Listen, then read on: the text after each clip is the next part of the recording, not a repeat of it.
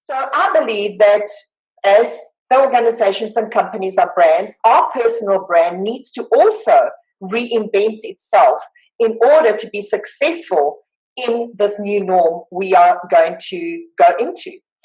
And today, together with Kari, we're going to share four powerful ways on how to reinvent yourself for success. And the first, let's begin with the foundation. And I really believe this is the foundation of it all. And it is number one, get ready to write, reboot our mindset. Reboot our mindset. So, Kari, can you think of a career-changing moment in your life where you needed to reboot your mindset, where you needed to reinvent yourself? Absolutely. And this is a time in my life that I go back to often to remind myself of where I was and everything that I learned through that situation. When I first made the transition from a director to a vice president role, it was a big move. And I quickly learned that what got me to the director level and what even got me hired as a vice president was not necessarily the same skills that I needed to have to be successful in that new position. And I think that's one of the hardest transitions that a lot of people make, going from a management role to a director or a vice president level role. Really, the strategies change at that point, and it becomes more about how you enable your team as opposed to the work that you do yourself. I've always been a hard worker. I've always been a straight A student, a people pleaser, and I found myself working harder and longer than I had ever worked before and not getting the same results. And I was really frustrated. It was a very difficult time for the property that I was at that point. And ultimately, we separated. It was mutually agreed upon separation, but I felt deeply, deeply remorseful. And I felt like the feelings kind of rush over me even right now. I felt like I had failed my family. My family had relocated to be with me. I felt like I'd failed my husband. I felt like I'd failed my friends. I just felt like everyone believed in me so much, and I lost that belief in myself. And it took me a long time to get back to that place and to even overcome that and be stronger than I was going into that situation. But what happened was when I first made the transition from a director to a vice president role, it was a big move. And I quickly learned that what got me to the director level and what even got me hired as a vice president was not necessarily the same skills that I needed to have to be successful in that new position. And I think that's one of the hardest transitions that a lot of people make, going from a management role to a director or a vice president level role. Really, the strategies change at that point, and it becomes more about how you enable your team as opposed to the work that you do yourself. I've always been a hard worker. I've always been a straight A student, a people pleaser, and I found myself working harder and longer than I had ever worked before and not getting the same results. And I was really frustrated. It was a very difficult time for the property that I was at that point. And ultimately, we separated. It was mutually agreed upon separation, but I felt deeply, deeply remorseful. And I felt like the feelings kind of rush over me even right now. I felt like I had failed my family. My family had relocated to be with me. I felt like I'd failed my husband. I felt like I'd failed my friends. I just felt like everyone believed in me so much, and I lost that belief in myself. And it took me a long time to get back to that place and to even overcome that and be stronger than I was going into that situation. But what happened was I took a pause, Katie. And it's interesting because I think that's some of what's going on right now. The big pause, and I know Paulette mentioned it last week, right? I loved her comments last week. And here's the thing. A friend of mine, a very good friend of mine from Agua Caliente, had recently posted something on her Facebook page, and it said, "We're in the same storm, but we're all in different boats." And I loved that, right? Because our experience right now is vastly different depending upon our situation. I haven't paused. I'm here in the office right now, and I went from one meeting straight into this, and I'm going to go right into meetings for the rest of the day. But some of us are paused right now. And so I share this story, and I hope that maybe some will take from it. My life kind of came to a hard stop when I separated and was no longer employed. And that was the first time that I had not been employed in a long time. And I went from living with my phone in my hand to sleeping in. How did you overcome what a lot of people know as the imposter syndrome? And I'm sure you've done it before. I'm not good enough. I'm not talented enough. I don't think I would deserve that next job. And I'm sure many people on this call would be feeling like this. When I took that job, that imposter syndrome was strong with me. I was the youngest person at the table, and I really programmed myself to think, I'm the youngest person, I have the least amount of experience. Do they think I belong here? Are they going to listen to me? Will people trust my leadership, or will they think I'm not old enough, I'm not experienced enough? Surround yourself with people who will be honest, who will give you constructive feedback, and will help you when you are enforcing those self-limiting beliefs, and help you to overcome that imposter syndrome, because everyone's learning every day. We all have different skills and capabilities that we bring to the table. We should be open to having those conversations with people that we trust, because they may help and inform and educate us. Who are you allowing right now to limit your full potential? I want to encourage you to be limitless from here on. Limit yourself less. And I really believe, and you talked about programming, Kari, that your mind is like a powerful computer.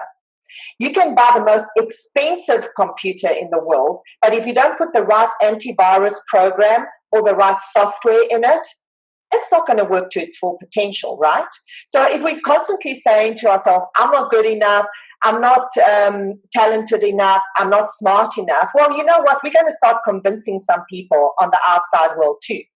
So a very quick way that I do it, and there are, of course, much deeper ways to do it, but this really works. I put my affirmations, and I don't do more than 3, all over the house, and I'm just bringing down some of the ones that I have on my computer right now, and to reprogram that. I put them on the dashboard of my car, on the fridge, on my computer, where I see them many times a day. I have financial abundance. Whatever your religion may be, God brings the perfect opportunities into my life right now. All is well. I exude confidence. Whatever you need to reprogram, this is the quickest way to do it for now. And keep the same ones for about 21 days. I spent some time being coached by Iyanla Van Sant, who was spiritual mentor to Oprah Winfrey. That was her claim to fame. A wonderful woman. And once I expressed many years ago how fearful I was during this this new change I was going to make in my career. And she said something very interesting to me that I would like you to think today if you are feeling fearful of the way forward in your career. She said to me, what if you are confusing fear with excitement? Because have you ever been on a roller coaster ride? Have you, Kari? Are you a fan of roller coaster rides? I love roller coasters, but right now I feel like I've been on a roller coaster for 2 months. Exactly. And sometimes those two emotions are combined. You feel on a roller coaster ride excitement, but you feel fear at the same time. And where do you feel it? You feel it in your gut. And here's the scientific data, that the emotion of fear and the emotion of excitement sit between 2 and 5 inches from one another. So learn how to take fear, which is lower than excitement, and shift it up and turn your fear into excitement for new opportunities for success. For me, what I do is if I let it roll around in my thoughts, it's going to become bigger and meaner and uglier. But if I put it down on paper and I quantify the fear and I acknowledge it, and then I talk through what's the worst thing that could happen and what would I do to prevent that. Once I work that all out on paper, it usually ends up being much smaller. Right now, more than ever, don't take things personally. You may really want that job and you're not getting it. It's happened for a reason. Also, connect with your gut feeling. Is it worth you putting the energy into it? Because you know what? Taking things personally right now is going to deplete you of energy that you really, really need for better things that are to come. All right, the second way to reinvent yourself for success in this new norm is you need to rethink your value to be hired again. So what would you do in these circumstances if you needed to raise your value How do you raise your value if you needed to be rehired? I go back to that period of time in my life when I was unemployed and I felt like everything had fallen apart. And knowing what I know now, I know that sometimes things fall apart so they can come back together even better than what they were before. And for me, my value is my values. I value people, I value passion, and I value progress. Those are the things that make me feel most fulfilled, Haiti, and the things that I go back to. And so I think it's very important for anyone who is contemplating either a career change right now or wanting to get back into the job market because the situation has changed their plans, and to really make sure that you know who you are. What are your values? What is important to you? What are your strengths? And then make sure as you're interviewing prospective new companies for yourself, because I think that's the way you should think about it. I think it's really important that you quantify who you are, that you know who you are before you go back out there. Because one of the things that you look for when you're interviewing, and I'm in the process of interviewing for a pretty important position for us right now, our executive chef, I want someone who is confident in their own self worth. I want someone who knows who they are and what they bring to the table. And that also includes being self aware. Someone who's not self aware is very difficult to work with. So it's very important that you take inventory of yourself and you think about that as you're rebranding and reemerging. What I get out of that is you need to be crystal clear about your value and what you bring to the table and your worth, and that just rocks your confidence. It exudes confidence when people walk into a room and they know exactly what their value is, what their superpower is, what their talent is, and more than ever, you need to quantify this, especially on a resume. And by that I mean is, in my last job, in less than 3 months, I brought down operational costs by 20%. You need to know that. And if you don't, start asking the people that you worked with in the past. Have a focus group of what is the value that you bring. How can they raise their value in the company they're going back to work with? And what have you seen that you have seen team members really raise and rethink their value? So I think this is interesting, and I hope that you'll hear me all the way through, because what I'm going to say is going to sound odd at first. I think that everyone should be thinking, what's in it for me? Now, what do I mean by that? Do I mean if I do more, am I going to get a better title? Am I going to get a better salary? No, I don't think that's really ever how you should be looking at things. I think what you should be looking at is, what are opportunities for me to grow my skill set, to grow my education, to grow my network, to grow in any shape or form, so that you're a more well versed and well rounded candidate. Team members that are just knocking my socks off every day because it's not, well, I can't do that. That's not my job. It's that has to get done, and it has to get done by when? Okay, let's figure it out. Let's make it happen. And those are the people that I'm going to remember and keep in mind when I have other projects and other opportunities down the road, because they're the ones that stepped up and said, I'll do it. And they didn't say what's in it for me, other than to say, this is an opportunity to learn. This is an opportunity to make the company stronger. And this is an opportunity for me to show my contributions. And believe me, I won't forget that. So one of the top skills right now that anybody going back into the workplace can really practice is to get comfortable with being uncomfortable. And I've said that so many times, but please don't complain about not having a seat at the table. You need to pull out a folding chair. You need to raise your hand for projects that maybe you don't have the right expertise, but you can learn along the way. So if you've been employed, for example, for your marketing abilities, but now is the time where you can learn more about operations, more about data analytics, etc. So raise your bar, rethink your value by raising your hand. All right, so Kari, let's look at the third way to reinvent yourself for success in this new norm. Ramp up your connectability factor. So in this very highly competitive marketplace, how can we reinvent the way we connect or get noticed by the people out there? So it's interesting, Haiti, when all of this COVID-19 started unfolding and we started to see the impact to the business, I turned to my husband the night before I had to have a board meeting to recommend to our tribal council our action. Were we going to stay open? Were we going to close? Were we going to close partially? And I turned to him in a little bit of a panic, a lot of a panic. And I said, I don't know what to do. I don't know how to handle this.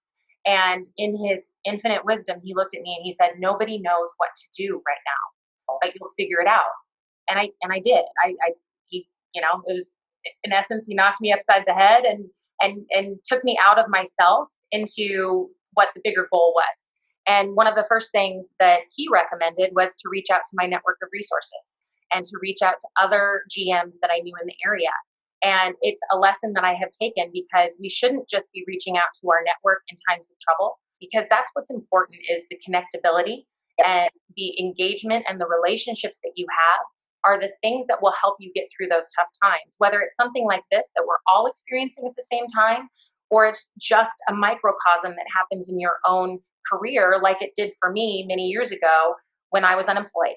Right. So you don't want to just reach out in times of trouble, because people remember that too, right? The top recruiters that I work with have all said to me, it's amazing how we're hearing from people that never ever returned an email from us. And what I believe in this time as well, Kari, is that we need to be strategic about how we connect. Who is it that you want to influence? Who is it that you want to impact? Who is it that you want them to see in their radar? And more than anything, I want to ask the listeners out there, who here has a salesperson that is selling for your brand right now? Who is your brand champion? Who is your cheerleader? It's the previous colleague. It is your association members. And right now, more than ever, you're needing advice on your strengths, on your weaknesses, on how to move forward. Start creating mastermind groups with like-minded people. And then you'll be able to have these type of conversations at least once a week. And you'll feel much more confident with connecting with the right people moving forward. So let's move to the fourth way, Kari, to reinvent ourselves for success. And that is refresh your brand. And for a large part of your career, Kari, you've been involved in marketing. What lessons can you teach us from that part of your life in order for us to reinvent our brand in these new unprecedented times? It's really interesting, Haiti. You and I talk a lot about branding when we chat, and I think that that's a word that gets tossed around. I grew up through the marketing vertical in the business before I became a general manager. And marketing, I think, is always my first love, other than Scooby-Doo. And right now, what we need to do is realize that a brand is tied to the authentic self, right? A brand is not what you want to be, it's who you are. And that's where it's really important. I go back to that point I made earlier about making sure you know who you are and that you're comfortable in your own skin, so that you can represent yourself authentically. Because when someone interviews and they're trying to tell you what they think you want to hear, as opposed to really answering from a strong sense of self, that's clear. That's very transparent. You can see that. So the brand is tied to the implied promise of what your experience will be with that brand, right? So if it's with me, I hope that people think of me as being warm and approachable and value-centric. Maybe it's even interesting to think about pre-COVID and post-COVID, right? Because we all have this kind of delineation right now in our lives that is very rare. And there's an opportunity in that to take that great pause and to really get to know yourself before you go back out and emerge into the world, which hopefully we'll all be able to do very soon. Wonderful opportunity. It's the first time that we've been given global permission to reinvent ourselves, right? And we've been given this time. So I'll talk about the hashtag test. So write that down, the hashtag test. So imagine your dream job. Imagine your dream career, and that person that's going to offer you your dream job is going to be phoning you. What keywords would they be using to describe the person that they want for that dream job? And I want you to think of, what is your hashtag? What would people want to search you for? And going to ask you to, after this call, take 30 seconds, only 30 seconds, and jot down as many words as you can. And some of mine were, and I'll give you some examples: impressions, influence, impact, brand ambassador, wow experiences, speaker, trainer, inspirational, engagement. Just drop down a whole bunch of words, and then you will sift through them in terms of what are the top keywords. Now, the second thing I want you to do in terms of reinventing your brand, I want to ask you, when last did you Google yourself? And Kari, when last did you Google yourself? Week, last year? Can I be honest? I have a Google alert set for my name, but I'm the spokesperson for our company in many cases. And so if something doesn't come up under my Google search for Cache Creek, it will come up under my name. So it sounds a little self-centered, but I do have so I don't regularly Google myself, but I do check that alert if anything comes up. So in my book, Kari, I say you need to Google alert you, because you may be the spokesperson for Cache Creek, but every individual is the spokesperson of brand you, right? And you want to know what's happening out there, what are people saying.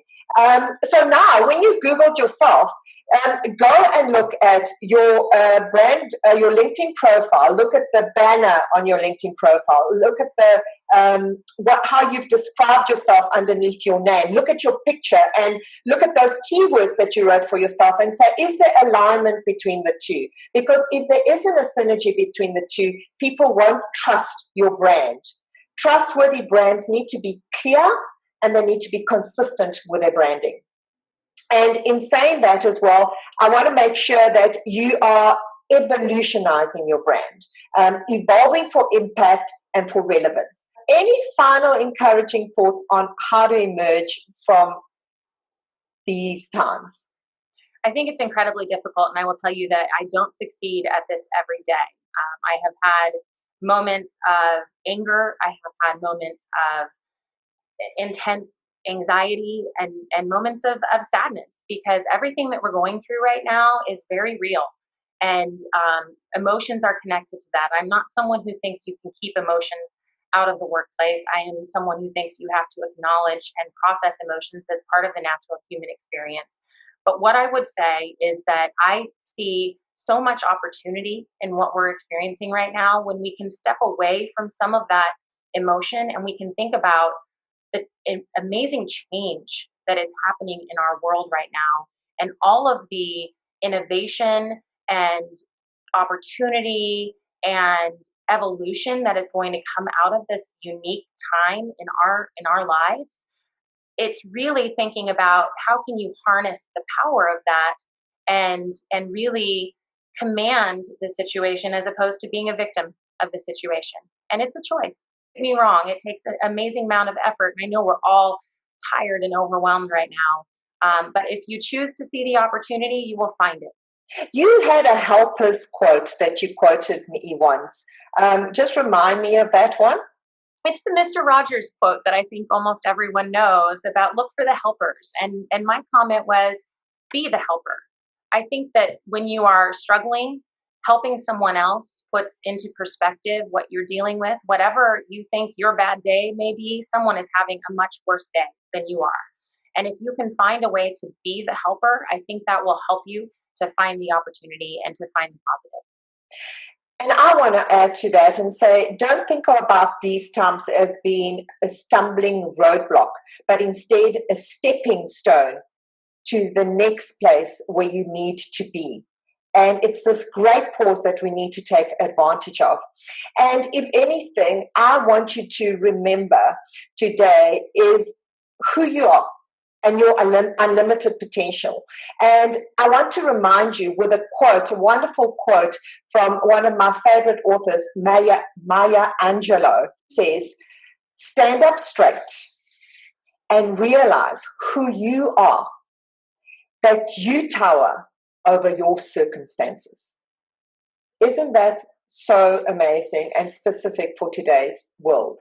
So I want you to remember this and know that you have the power to change and to action your way forward and to rock your brand and reinvent it. Also thank this amazing, phenomenally inspiring, Kari. You gave us so much of your valuable time.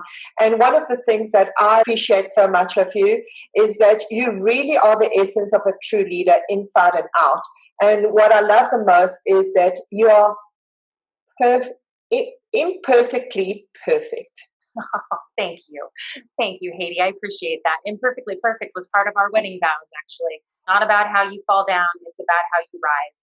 And with that, I want to say I'm here. I'm an email, I'm a phone call away to support you any way I can. But right now, be blessed, be healthy, and be safe. Bye from us.